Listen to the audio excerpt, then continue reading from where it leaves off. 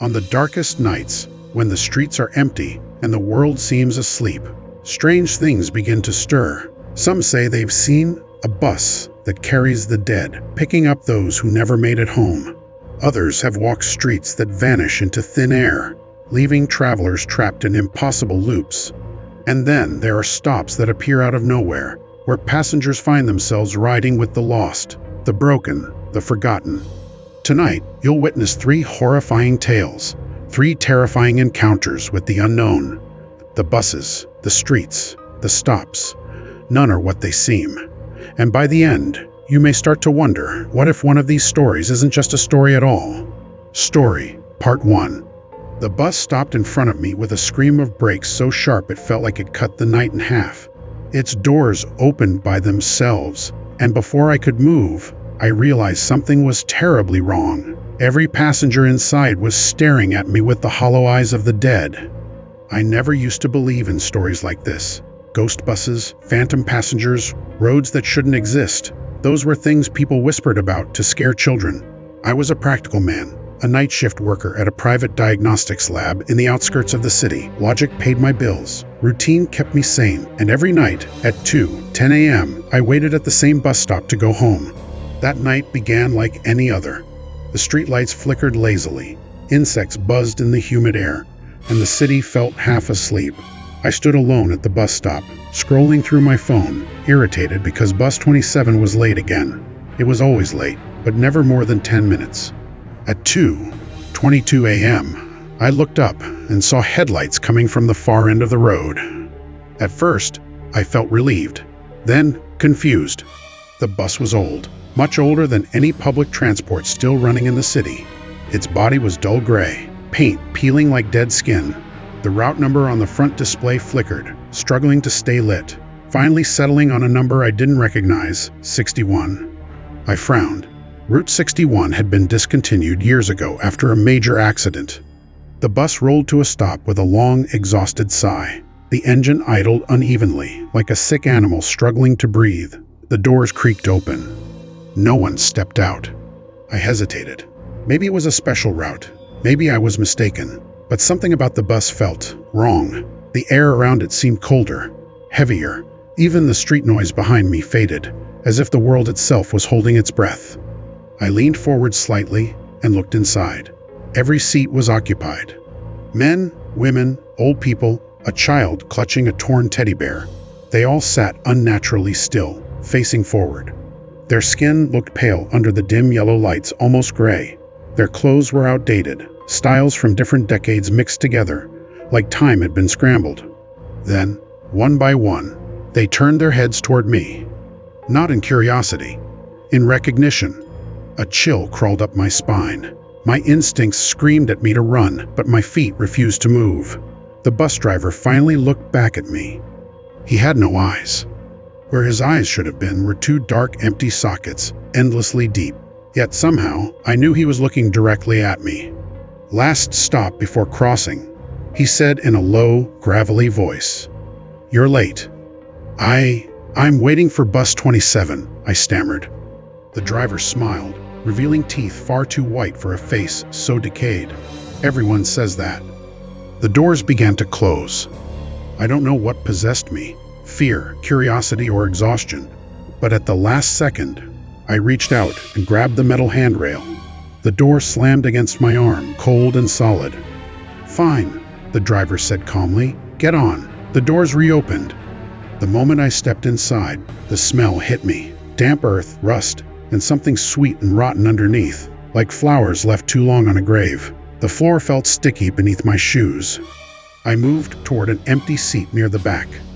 As I passed the passengers, I noticed their eyes. Some were cloudy, others sunken, some completely missing. A woman near the aisle had a deep gash across her neck, badly stitched. The old man beside her was missing 3 fingers. They were injured. No, they were dead. I sat down, my heart hammering so loudly, I was sure everyone could hear it. The doors closed, and the bus lurched forward. The city outside looked normal at first. Familiar shops, broken sidewalks, stray dogs sleeping near tea stalls. But slowly, things began to change.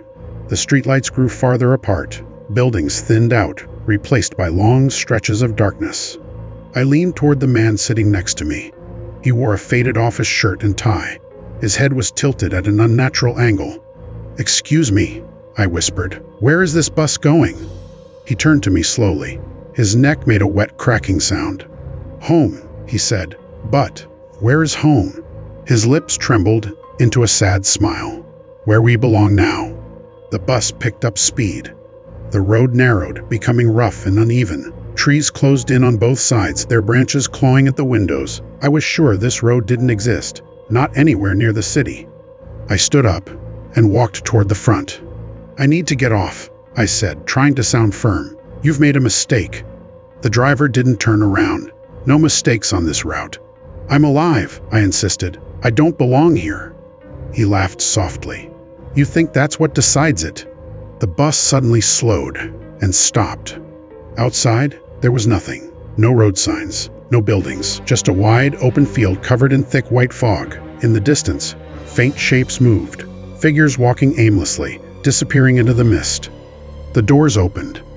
One by one, the passengers stood up and walked out. Some limped, some dragged themselves. The child with the teddy bear looked back at me once, eyes empty but strangely peaceful. As the last passenger stepped off, panic exploded inside me. "What is this place?" I shouted. The driver finally turned around. Up close, his face was worse. Skin hanging loose, veins blackened, mouth stretched too wide. "The waiting ground," he said. "Those who haven't accepted yet stay here." "I don't want to accept anything," I yelled. "Take me back." He studied me for a long moment. "You still don't remember." "Remember what?" He reached under his seat and pulled out something small, sealed in a plastic evidence bag. He held it up to the light. It was my ID card, cracked, stained dark red.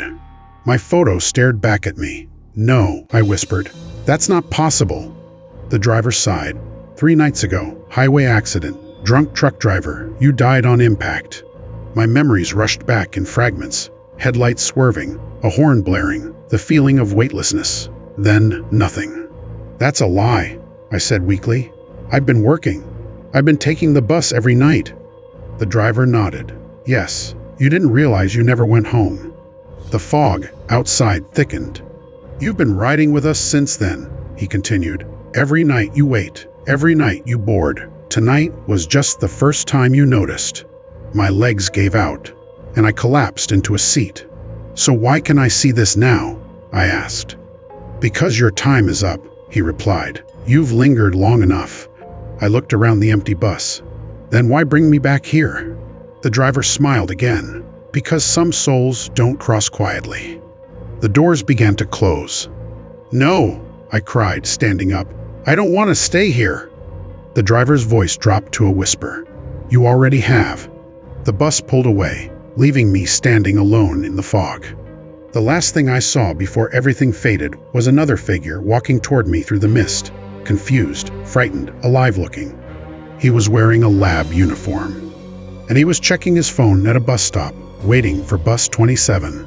That morning, news spread across the city about a night shift worker who had died in a highway accident 3 days earlier.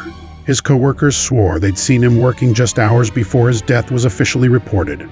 And if you ever find yourself waiting at a bus stop late at night, and an old gray bus with flickering lights pulls up, check the route number. Because once you step onto the bus that picks up the dead, you were never meant to get off. Story Part 2. The bus arrived without headlights, gliding out of the darkness like it had been waiting for me all along. When it stopped, I noticed the windows were fogged from the inside, as if something cold and breathless had been riding there for a very long time. I was never supposed to be out that late. My sister had called me near midnight, crying, saying she felt unsafe walking home from her job. Her bus had broken down, and the streets were almost empty. I grabbed my jacket and went out to meet her at the old terminal on the edge of town, the one most people avoided after dark. By the time I reached the terminal, it was past 1:30 a.m. The place looked abandoned. Broken benches, flickering lights, torn posters from elections long forgotten. No vendors, no passengers, just silence, a distant hum of insects. I checked my phone. No signal.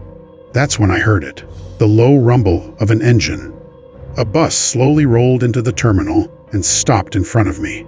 It was massive, longer than normal buses, painted a dull off-white that looked almost bone-colored under the lights. The route display flickered strangely, switching between blank and a single word, return. I frowned. No route number, no destination. The doors opened with a heavy sigh. Inside, the bus was full. Every seat was occupied, yet no one spoke. No phones, no movement, just rows of people sitting upright, hands folded in their laps. Their faces were calm, too calm, like mannequins posed to look alive. Is this bus going downtown? I asked, my voice echoing unnaturally. No response. Then the driver spoke, without turning around. Get on. We're already behind schedule. His voice sounded layered, as if more than one person was speaking at once. I'm waiting for someone, I said. So are we, he replied. Something about that answer made my stomach tighten, but the terminal lights flickered violently, plunging the place into darkness for a split second. When they came back on, the bus doors were still open, and the terminal behind me looked wrong. The walls were cracked and blackened, like they had burned long ago. The benches were broken in half, and the posters, every single one, had my name written across them in thick red ink. My heart pounded. I stepped onto the bus. The doors slammed shut behind me. The moment I entered, the air changed. It was icy, dry, and smelled faintly of antiseptic and smoke. The lights inside buzzed weakly. As I walked down the aisle, I noticed something horrifying. None of the passengers blinked. A woman near the window had half her face badly burned. A man across the aisle had a dent in his skull, like something heavy had crushed it inward. A teenager clutched his chest, his shirt darkened with old blood. These weren't injuries from one event. They were from many different deaths. I sat down near the back, my legs shaking. The bus began to move. Outside the windows, the terminal disappeared almost instantly, replaced by a long, empty road cutting through darkness. No buildings, no signs, just endless asphalt and a sky without stars. I leaned toward the passenger beside me, a middle-aged man with a soaked jacket. Where are we going? I whispered. He turned, slowly, water dripping from his sleeves onto the floor. Back, he said, to where it ended. What ended? He looked away. Us. The bus picked up speed. The engine didn't sound mechanical anymore. It sounded like breathing, deep, labored. I stood and walked to the front. Driver, I said, you need to stop this bus. I don't belong here. He finally turned his head slightly. His reflection in the windshield didn't match his body. In the glass, I saw not one driver, but many faces overlapping. Oh.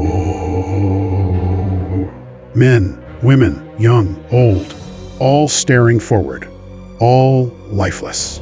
You boarded, the driver said. That's agreement. I didn't agree to anything. You returned, he corrected. Everyone on this bus is returning. The bus suddenly slowed. Ahead of us, the road split into multiple paths, each leading into thick fog. Above each path floated faint glowing words. Accident. Fire. Drowning. Fall. The bus stopped before the split. Passengers began to stand. One by one, they walked toward different doors that appeared along the sides of the bus, doors that hadn't existed before. Each passenger exited through a door matching the word above it. The burned woman walked toward fire, the soaked man toward drowning. Panic clawed at my chest. What is this place? I demanded. The moment before acceptance, the driver said, we take them back. They remember. Then they go. I'm not dead, I said desperately. The driver turned fully toward me now. Then why are you here again? Again. He reached down and pressed a button. A screen flickered on above the windshield. Grainy CCTV footage appeared. It showed a street, my street. Rain pouring, headlights blinding. I saw myself running across the road, phone pressed to my ear. My sister's name echoed in my memory. Then, a bus horn, impact. The footage froze on my body, hitting the pavement. I screamed, "No, that didn't happen. I went home that night." The driver's voice softened. "You never made it to her." My chest felt tight. Then, "My sister?" The driver looked back at the road. "She's still waiting." The last passengers exited. The bus was empty now, except for me. The fog outside thickened, swallowing the paths. "Why show me this?" I whispered. "Because you're the only one who came back without realizing it," he said. "You kept waiting at stops, calling numbers that never answered." The bus doors opened behind me. Outside was the same terminal, but this time it was crowded, with people in old clothes, injured, confused, all waiting. "For what?" I asked. The driver met my eyes. "For you to take your seat." I felt hands on my shoulders. Cold, gentle. They guided me down the aisle. As I was forced into a seat, my reflection caught the window. My face was pale. There was dried blood in my hair. The doors closed. The bus pulled away. The route display flickered and changed. Return disappeared. It was replaced with a number. My sister still waits at the terminal sometimes. She says a bus keeps passing without stopping, no matter how much she waves. And every time it passes, she swears she sees me through the window, sitting perfectly still, staring straight ahead, on the bus that picks up the dead. Story, Part 3. The first thing that bothered me was that the bus stop appeared on my street overnight. I'm not exaggerating. One evening, it wasn't there. The next night, after my shift ended at 1:40 a.m., a rusted metal sign stood under the streetlight, slightly tilted, with faded letters that read, "Temporary stop, no route number, no schedule." I stood there for a long time, staring at it, convincing myself I'd just never noticed it before. The neighborhood was old. Things got added and removed all the time. Still, something about that sign made my skin crawl. The paint was cracked, and underneath, the metal looked corroded, like it had been there for decades, not hours. At 1:58 a.m., the street went quiet. Not normal quiet, dead quiet. The dogs stopped barking. The distant traffic vanished. Even the wind seemed to freeze. Then I heard it, the low growl of an engine crawling toward me, slow and patient. A bus emerged from the darkness. It was enormous, longer than any city bus, its windows tall and narrow like coffin lids. The body was matte black, swallowing the streetlight instead of reflecting it. The headlights were dim, yellowed, like dying eyes. The route display flickered. For a moment, it showed nothing. Then it spelled out a sentence. "Still riding?" The bus stopped. The doors opened with a wet, sucking sound. I stepped back instinctively. "No," I muttered. "Wrong stop." The driver leaned forward. He was wrapped in a conductor's uniform, so old it looked stitched from shadows. His face was sunken, skin stretched tight over bone, eyes milky and unfocused. "You've been getting off too late," he said calmly. "I didn't call a bus," I replied, "and I don't recognize this route." "You never do," he said. Behind him, I saw the passengers. They were packed tightly, shoulder to shoulder, far more than the seats should allow. Some stood in the aisle, some clung to overhead rails that shouldn't have supported that much weight. Their bodies were wrong, too stiff, too slumped, too broken. A woman's arm bent backward at the elbow. A man's head lolled, neck clearly snapped. A boy stared straight ahead, half his face crushed inward like soft clay. None of them spoke. "You're not supposed to be here," I whispered. The driver smiled. "Neither are they. That never stopped anyone." The doors began to close, and I swear I wouldn't have gotten on. But I heard my name, not shouted, not spoken, breathed, soft and desperate, from inside the bus. I stepped forward. The doors snapped shut behind me. The air inside was freezing. My breath fogged instantly, but none of the passengers did. The smell was unbearable. Old blood, damp fabric, and something metallic, like coins left in a mouth too long. The bus started moving. Outside, my street stretched unnaturally long. Houses repeating again and again like a broken reflection. I turned around to sit, but every seat was already occupied. Except one, right beside an elderly woman with her chest caved inward. I sat. She turned to me slowly, ribs cracking with the movement. "First time noticing?" she asked. Noticing what? My voice shook. That you never arrive, she said. I stared at her. I go home every night, she tilted her head. Do you? The bus lurched violently. The scenery outside collapsed into darkness, replaced by a tunnel of shifting images in the windows. Car crashes, hospital corridors, rain-soaked roads, flashing red lights. I saw people dying. I saw them die badly. The passengers began to whisper. I shouldn't have answered the phone. They said the bridge was closed. I only looked away for a second. I didn't feel anything at first. My heart pounded. Driver, stop this bus. He didn't turn. Next stop is yours. I'm alive, I screamed. He chuckled. That's what the ride is for. The bus slowed. Ahead, a massive terminal appeared, floating in nothingness. Its roof was cracked, lights flickering, platforms stretching endlessly into fog. The bus pulled in. The doors opened, the passengers stood. As they walked off, I noticed something horrifying. Each one looked healthier with every step. Bones straightened, wounds closed. By the time they reached the platform, they looked almost normal. Almost. I grabbed the driver's seat. Why didn't they look back? They remember where they're going, he replied. And where is that? Where you stopped going? The last passenger stepped off. The doors stayed open. I didn't move. The driver finally turned fully toward me. Up close, his face wasn't just decayed. It was familiar. Too familiar. Do you recognize me now? He asked. I shook my head slowly. He reached up and peeled away his cap.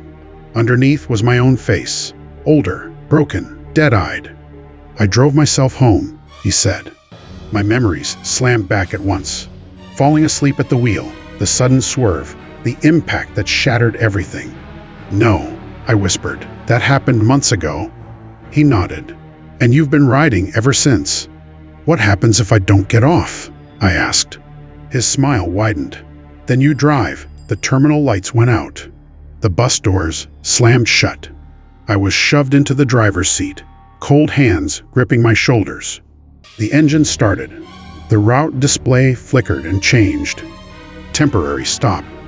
Outside, a new bus stop materialized on a quiet street. A man stepped forward, checking his phone, unaware. I leaned out the window and spoke gently. You've been getting off too late. And he looked up and heard his name. The end.